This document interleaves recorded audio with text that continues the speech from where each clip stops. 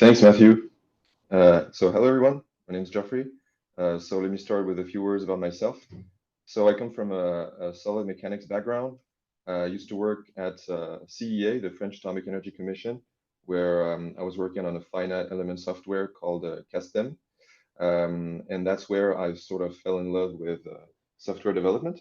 But after a while, I sort of got tired of writing Fortran 77, and so I started looking for something new to do. And at that point, my dear friend Kevin actually suggested that we start a company together, and of course I said yes. And so that was back in 2023, where we co-founded DotBlocks, a numerical simulation software company. And our goal is really to bring cutting-edge simulation to non-experts, make it more accessible. To do that, we work on a few solvers of our own, primarily the boundary element method and lattice Boltzmann, as well as spectral methods and some other particle tracking stuff.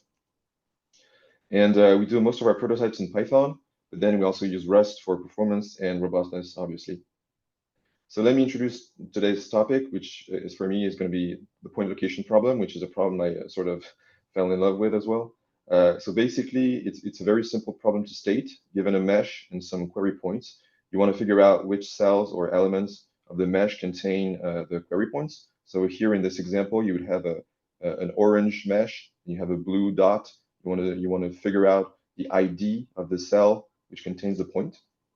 So first of all, why is that an interesting problem? Well, it comes up in a bunch of places. For example, interpolation of discrete fields for computing statistical quantities in particle tracking and other areas as well.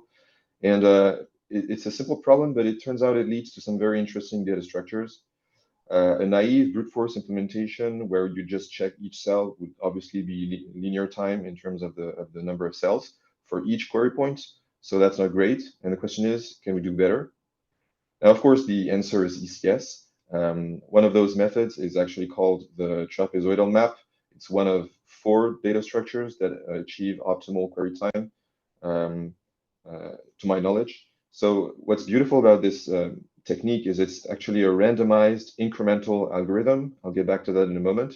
And it constructs in O of n log n time a data structure which has a size which is linear and can perform queries in logarithmic time, which is much better than the linear time we saw earlier.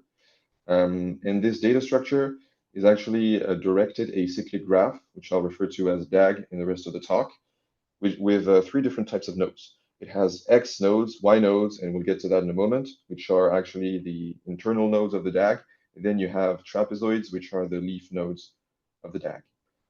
So why is that a randomized incremental algorithm? Well, basically, to construct the data structure, you insert the edges of the mesh one by one. And before you do that, you actually shuffle the edges. That's for performance reasons, to get a nice even graph. And the incremental part is because you add the edges one at a time.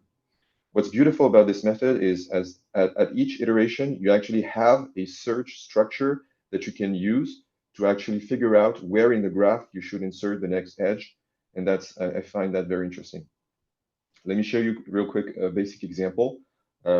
We always start from a like one rectangle, which is going to be the outside trapezoid, and which is just any bounding box for the mesh. Doesn't really matter as long as it's a bounding box. Here it's denoted A.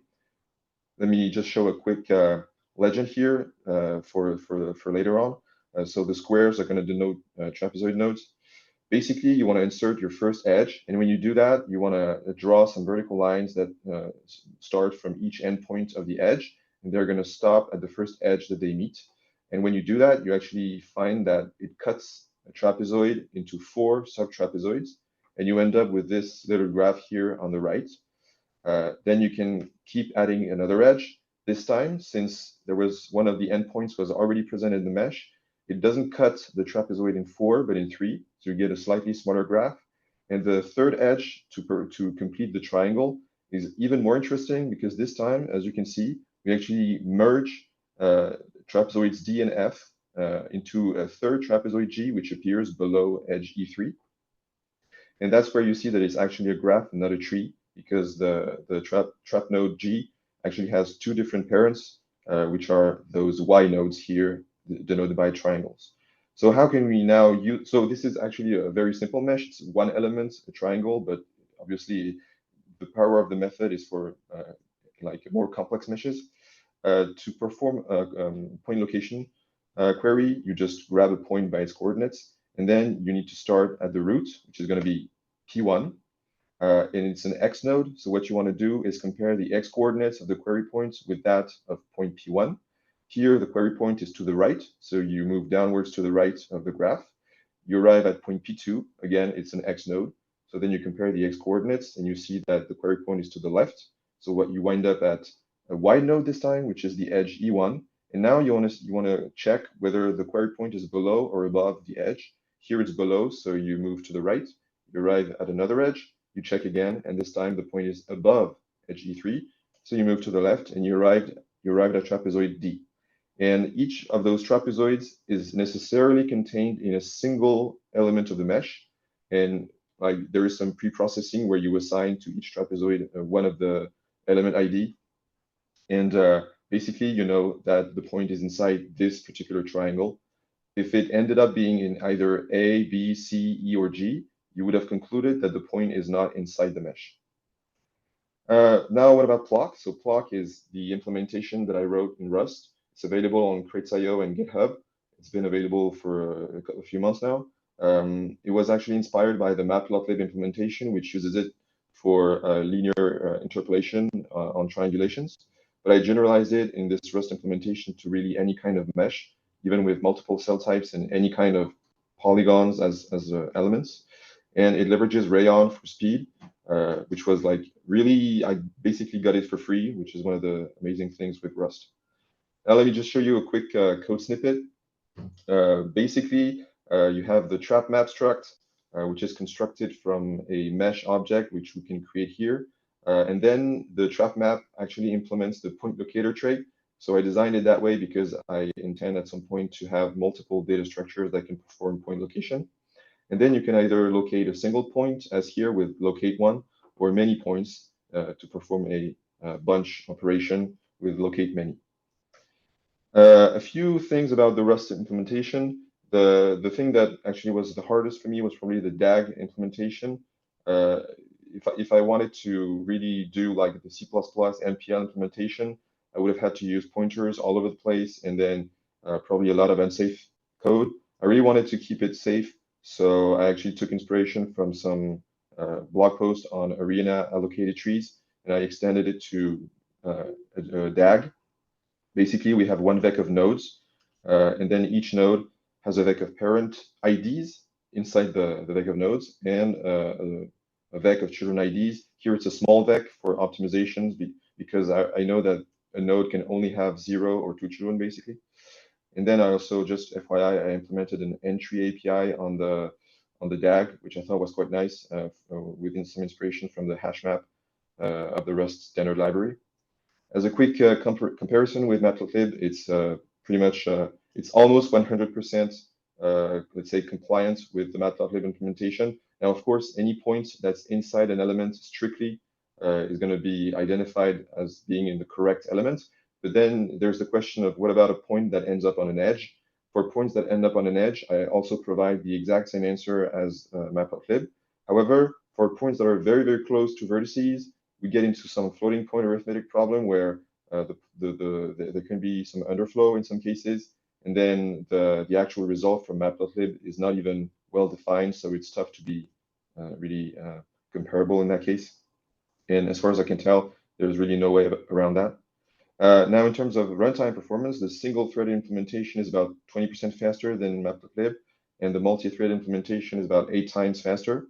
However, currently, the memory usage is not great. It's about 1.2x to twice higher with respect to matplotlib. All those numbers are from calling the Rust code from Python, by the way. And that this high memory usage is actually due to the DAG because it has 3 different kinds of nodes, and like the trap node, which is actually the least frequent node, is the biggest one, but it sets the size for all the other. So there's a lot of wasted space here. Now, what's next for ploc? So first things first, I really want to release the Python bindings, which I haven't done yet, but they're almost ready to go. And I really like to reduce the memory footprint to get something more similar to what Matplotlib does, so that it can be faster, but have also the same memory usage. And I'd like to investigate other possible data structures. And I'm particularly interested in a quad-tree implementation, which seems promising. I've been doing some tests a few months ago, and it's actually much simpler to implement than the trapezoidal map. It has very good runtime performance for large meshes, not so much for very small meshes, but I guess in most cases, people are going to deal with larger meshes, so it's fine. And also, one thing that I'm very hopeful about is that it should be generalizable to 3D, whereas the trapezoidal map really is not, as far as I can tell. And also maybe provide some more information during the query in the output. Right now, we just say this point is in this element, for example, but the trapezoidal map is actually designed to be able to say, no, this point is actually on an edge, that point is on a vertex, etc. So that's about it for my talk. We currently at DotBlocks, we are 2 Rust developers, and we're potentially interested in like good talents. So feel free to contact us and reach out either through the website or the email address listed here. Thank you.